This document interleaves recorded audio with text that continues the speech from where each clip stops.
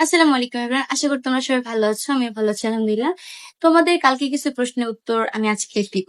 Main বিষয়। কালকে আমি ঘুরতে গেছিলাম।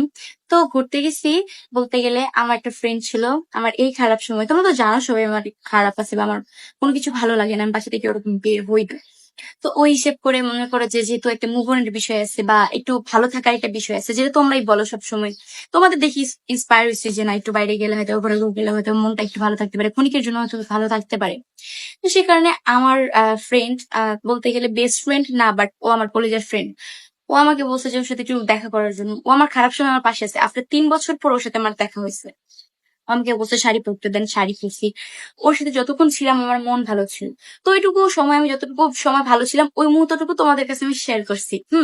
এখন অনেকের প্রশ্ন ছিল জাফরিন আপু তুমি কিভাবে কি করলা, মানে এই সে অনেক কিছু কথা হয়েছে ভাই। তোমরাই বলো জাফরিন আপু মুভ অন করো, তোমরাই বলো আফরিন আপু তোমার মুখে হাসি, মানে তোমরাই বলো আফরিন আপু কান্না করো না। এখন মনে করো যে কান্না তো সবসময় লেগে থাকে, যেহেতু আমার একটা বন্ধু আসছে আমাকে এতটা মানে সাপোর্ট দেওয়ার জন্য, কি ওর সামনে যদি আমি কান্না করি তাহলে কি এটা ঠিক হবে? তোমরা বলো, ঠিক তো হবে না। এখন সবসময় তো মনে করো যে মন খারাপ থাকে, ওই সময়টুকু মন ভালো ছিল তার জন্য আমি তোমাদের কাছে শেয়ার করছি, যেমন মন খারাপ থাকে সেটাও আমি তোমাদের কাছে শেয়ার করি। এখন তোমরাই বলো আমাকে যে আমি কি করতে পারি। আর এই যে সেকেন্ড বিষয় আমি মিষ্টি যে আমি মিষ্টি গানের কথা আসছে, ভাই এটা আমার প্রমোট কাজ, এটা আমার প্রমোট করতেই হবে। এই গানটা ইউটিউবে বাংলা মিউজিক 007 রিলিজ হয়ে গেছে, এখন যাই তোমরাও দেখে আসো।